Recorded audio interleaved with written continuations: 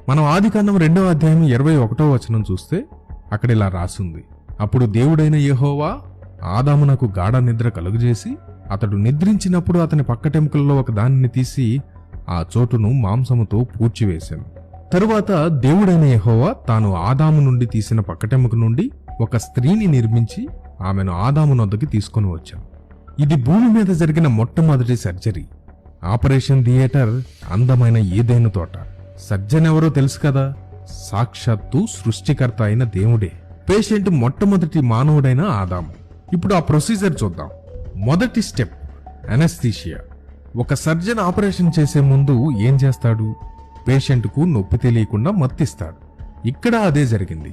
దేవుడు ఆదామునకు గాఢ నిద్ర కలుగజేశాడు. ఇది మామూలు నిద్ర కాదు. బహుశా ప్రపంచంలోనే మొట్టమొదటి అత్యంత సురక్షితమైన జనరల్ అనస్థీషియా ఇదేనేమో.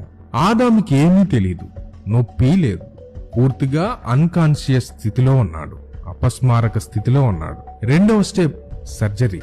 ఆ తర్వాత సర్జన్ కట్ చేసి అవసరమైన భాగాన్ని తీస్తాడు. ఇక్కడ కూడా దేవుడు అతని పక్కటెముకలలో ఒక దానిని తీసి అని ఉంది. హీబ్రూ భాషలో ఇక్కడ వాడిన పదం సెలా. దీనికి కేవలం పక్కటెముకనే కాదు, ప్రక్క లేదా సైడ్ అని కూడా అర్థం ఉంది. అంటే దేవుడు కేవలం ఒక చిన్న ఎముకను కాదు, అతని ప్రక్క భాగాన్ని తెరిచాడు. తన ప్రణాళికకు అవసరమైన దాన్ని తీసుకున్నాడు. మూడవ స్టెప్ క్లోజింగ్, సూచరింగ్. ఆపరేషన్ అయిపోయాక సర్జన్ కుట్లు వేసి గాయాన్ని పూడుస్తాడు. బైబిల్ ఏం చెప్తుందో చూడండి. ఆ చోటును మాంసముతో పూడ్చివేశాను. ఎంత అద్భుతం! మొట్టమొదటి surgery, perfect anaesthesia, perfect incision, perfect closing. ఆదాము నిద్రలేచేసరికి అతనికి గాయం కూడా కనిపించి ఉండదు. అంత అద్భుతంగా దేవుడు దాన్ని మాన్పివేశాడు.